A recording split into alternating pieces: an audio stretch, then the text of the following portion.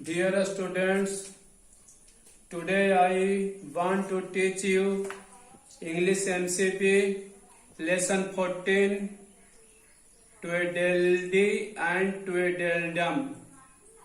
ये एक स्टोरी है। स्टोरी का नाम है ट्वेडलडी और ट्वेडलडम। ये लेविस कैरोल के द्वारा लिखा गया है। लेविस कैरोल बहुत ही अच्छे जाने माने ऑथर हैं।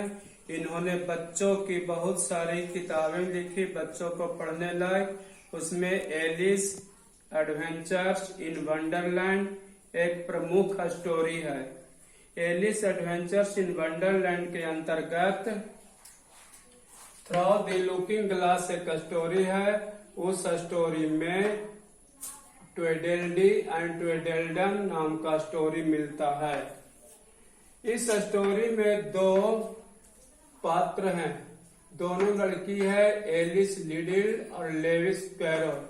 ये दोनों एक नाव में कहीं जा रहे हैं।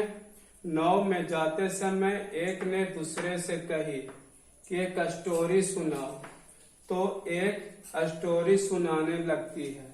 जो वो स्टोरी सुनाती है, उस स्टोरी में ये तीन पात्र हैं। एक है एलिस जो एक लड़की है, और ट्वेडलडी जो एक मोटा लड़का है, ट्वेडलडम जो ये भी एक मोटा लड़का है।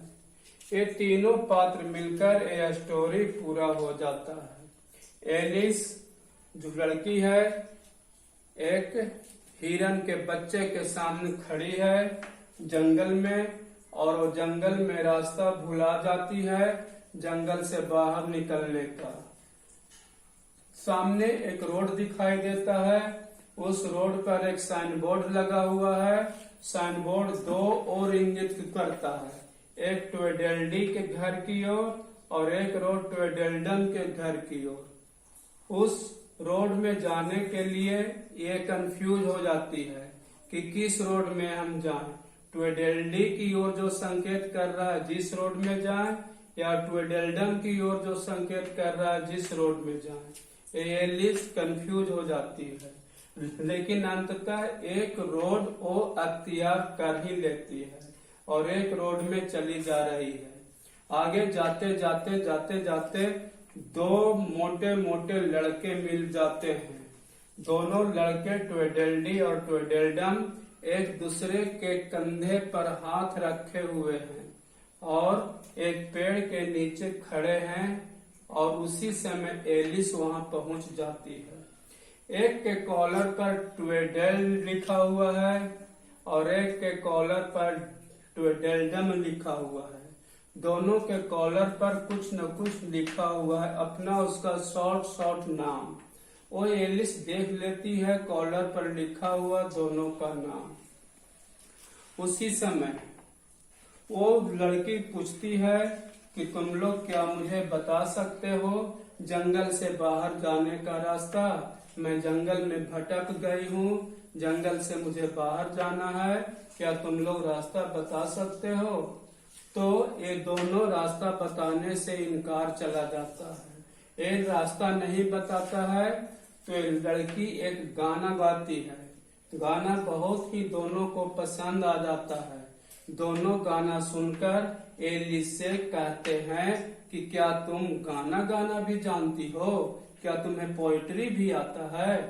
तो एलिस कहती है कि हाँ, मुझे पोएट्री भी आता है, मैं गाना जानती हूँ, मुझे डांस भी आता है। उसके बाद तीनों मिलकर हाथ जोड़कर डांस करने लगते हैं। तीनों खूब डांस करते हैं। ये दोनों मोटा होने के कारण एक थक जाता है, बहुत ही हट जाता है, थका सा महसूस करने लगता है, तो डांस रुक जाता है।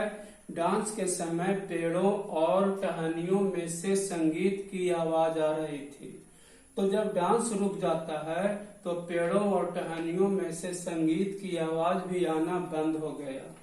एलिस ने पूछा ट्वेडलडम से कि क्या तुम ज्यादा थक गए हो, थोड़ा रुक जाओ। रुक जाता है।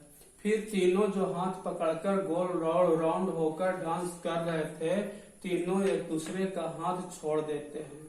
उसके बाद फिर एलिस पूछती है कि मुझे जंगल से बाहर जाने का रास्ता बता दो, लेकिन इन लोग अभी भी नहीं बता पाता है।